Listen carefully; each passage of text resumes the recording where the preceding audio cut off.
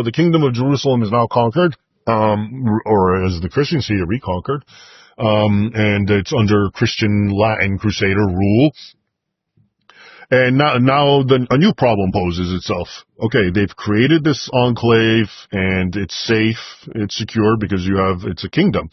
And now more pilgrims than ever are coming because, our brothers are there, and they've already created a little niche for us. They have Jerusalem. Okay, so now you get a big mass, a burgeoning mass of pilgrimage.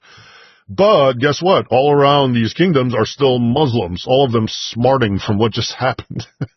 Being beaten and being ousted and losing, My point is they're waiting for vengeance. Right. And so these European pilgrims who come get mauled. It's even worse than before. En route. Exactly. So yeah, once you get to Jerusalem, you'll be safe. And they're still walking across Europe. Yeah, and oftentimes sailing. And they'd go to the port of Jaffa, for example, and then the fortress of Ascalon, which was this massive fortress run by Muslims, would always, once the Christians would go in a narrow defile, they would just come out and attack and kill them. So what happens is a man, Hugh of Pains. He's a French crusader who actually fought in the First Crusade, went back to France, and then decided to come back to the Holy Land and settle permanently. And he was, according to the sources, just devastated by what was happening to pilgrims. Okay, and so he and another knight, by the name of Godfrey from St. Omer, I believe, and another knight, we only know this other knight's name, Godfrey, and for a total of 9 knights, so they found 7 other knights, created a band of a brotherhood, who was just dedicated to escorting pilgrims, to prevent them from being mauled, okay? And just 7 men, 7 knights, and they called themselves the poor fellow soldiers of Jesus Christ. And again, look at that, fellow soldiers of Jesus Christ. Think of the idea, Jesus Christ, I'm a soldier, like he's a soldier, okay? That was common to them. And they were actually, so in 1019 is when they initially form, and they get the blessing of, the patriarch there, and the king at the time, who I believe is Baldwin II, gives them temporary residence in what they thought was Solomon's Temple, but it's Al-Aqsa Mosque, okay? And that's how they got the name the Templars, because they're the Knights of the Temple, right? And then 10 years later, I mentioned Saint Bernard of Clairvaux. He's a very important figure. He actually very much justifies and rationalizes, including from theology, and he talks about the 2 swords of Christ, like I told you, the one secular and the one spiritual. He was just a fanatic about the military orders, and he wrote so much. He promoted.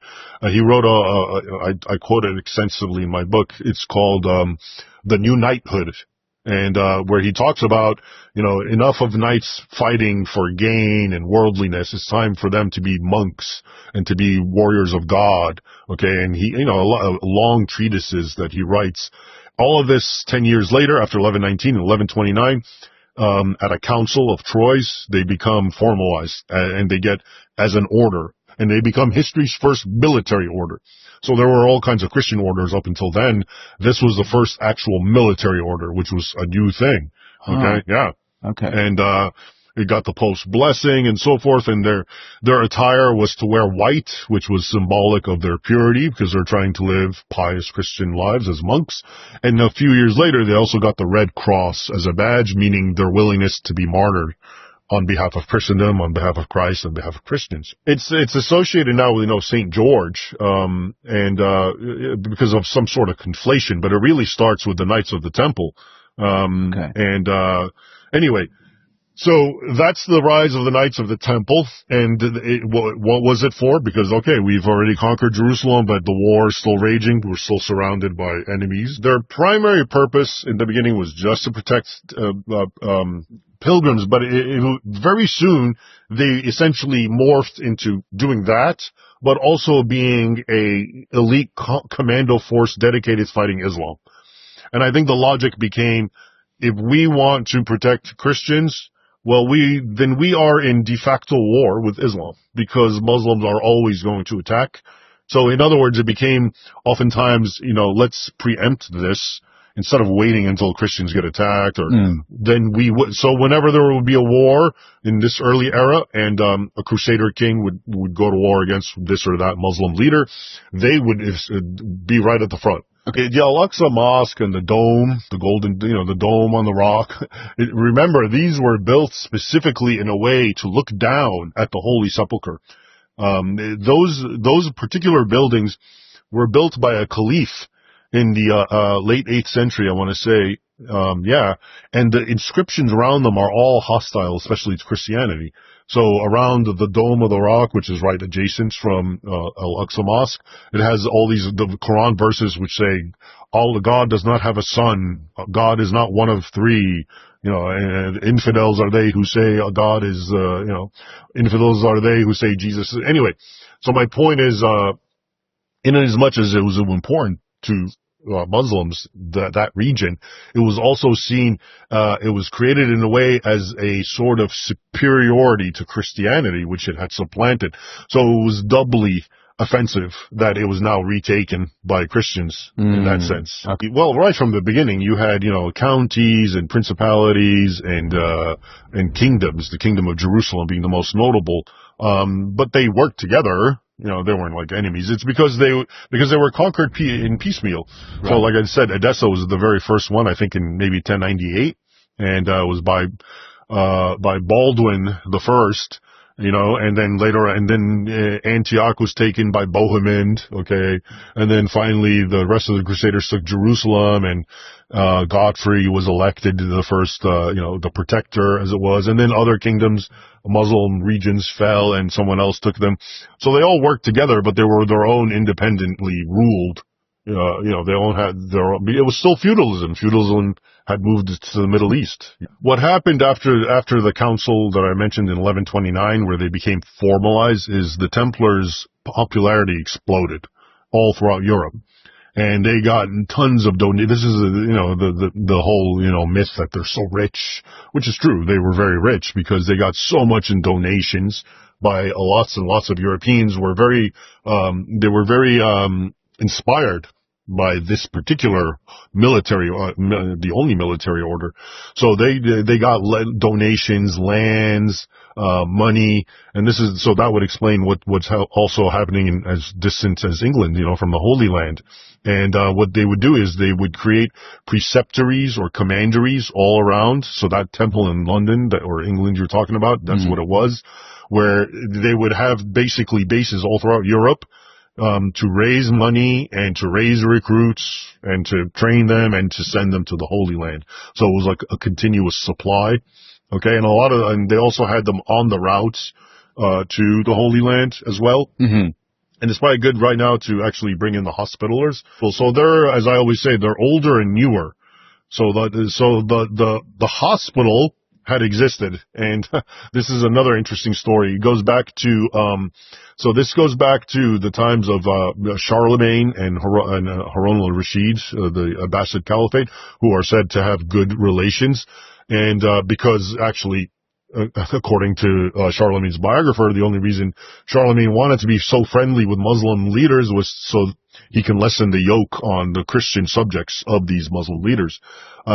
So at any rate, during that time, the Holy Sepulchre is there, and pilgrims are coming and sometimes being abused and having nowhere to sleep.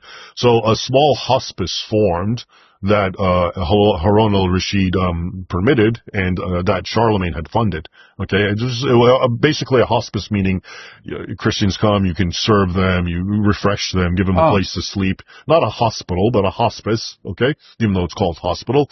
So this is in the 9th century. Yeah, this is the beginning of it. Is in the 9th century.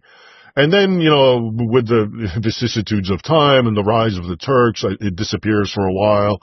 But then it starts coming back because the Holy Sepulchre is still there. After it was destroyed in 1009, by the way, it was rebuilt. Christians, the Byzantines had to rebuild it, a smaller version. But so another hospice grows there. It's founded by these Amalfi Italian merchants, right around 1050. Okay, and it's abused and attacked, but it exists to offer whatever, succor to Europeans. And in fact, one of the earliest one was for women, because men would come and visit the monks and stay with the monks, but there would be women, and they're not going to let women with the monks, so the first hospice was for women. Okay, and then it got popular, and then they made another one, a hospital for men. Okay, now, it's just a hospice, and this is why the Knights of the Hospitals are even more interesting to me, as you'll see, because these are people who were so committed to serving mankind. They give the shirt off in their codes. The way they talk about the sick as the sick our lords. Okay, so they were very much actuated by Christ when he would say, if you do this, that, or the other thing to the least of me, my brethren, you've done it to me. Mm-hmm. So that's why they were, given over to very altruistic deeds, helping their fellow man, the Christian pilgrims.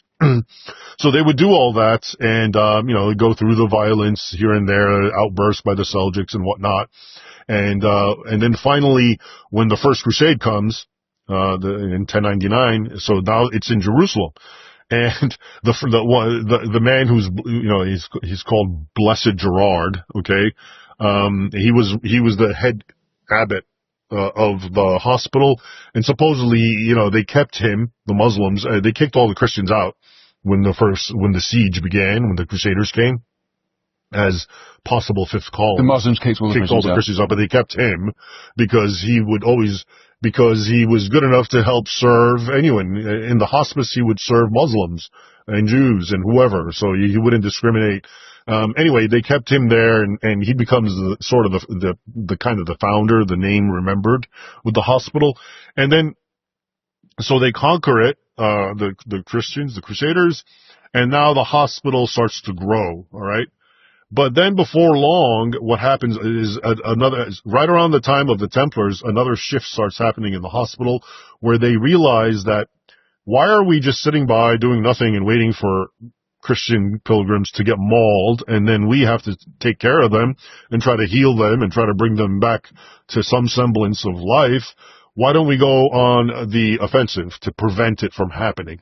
Okay, so they slowly become militarized. Starts getting militarized under the second master of the hospital, Raymond of Puy. Okay, and this I want to say. So Gerard, the one I told you, dies very early after the First Crusade, maybe something like 1110 or 1115. Okay, and then this guy Raymond, so he's the one who's credited with militarizing it. But it's a very slow process. It's not like overnight they become militarized, and it starts, like I would say, between 1120, late 1120s, and until right around 1160s, when you finally have definitive proof that they are now on the warpath fighting, okay? Okay. But it goes slowly and slowly. But now, what I find very interesting is the combination, okay, of so the Hospitallers start off as these people, these altruists who are just committed to helping their fellow man, okay? They're nurses, essentially. Okay, and they give them their bed, they feed them, they clean and dress their wounds, they bathe them. Okay, this is the kind of guy, the man they are. And at the same time, that same Christian, who you can't even find today, became a ferocious warrior. Okay, which is kind of an interesting conundrum. Again, from our mentality, it's hard to, but for them, it makes sense. Like I said, on the one hand, why wait and let Christians get killed and mauled when I can actually do something to protect them? Okay? And if I do love my fellow man the way Christ commands me to, why would I sit by idly when I know they will be raided and attacked? So they became like the Templars, and they started being escorts, and guiding pilgrims, just like the Templars. So I think even more than the Templars, the Hospitallers really underscore how, these two seemingly different virtues, if you like, which is extreme piety and the kind, not just piety, but love of serving fellow man with violence. Okay. Again, it's like saying a nurse who's dedicated to war. Right. Right. In our modern kind of parlance. but that's what they were. But and to what extent was it necessity? I mean, exactly. It was at a certain point they don't have a choice; they actually have to defend themselves.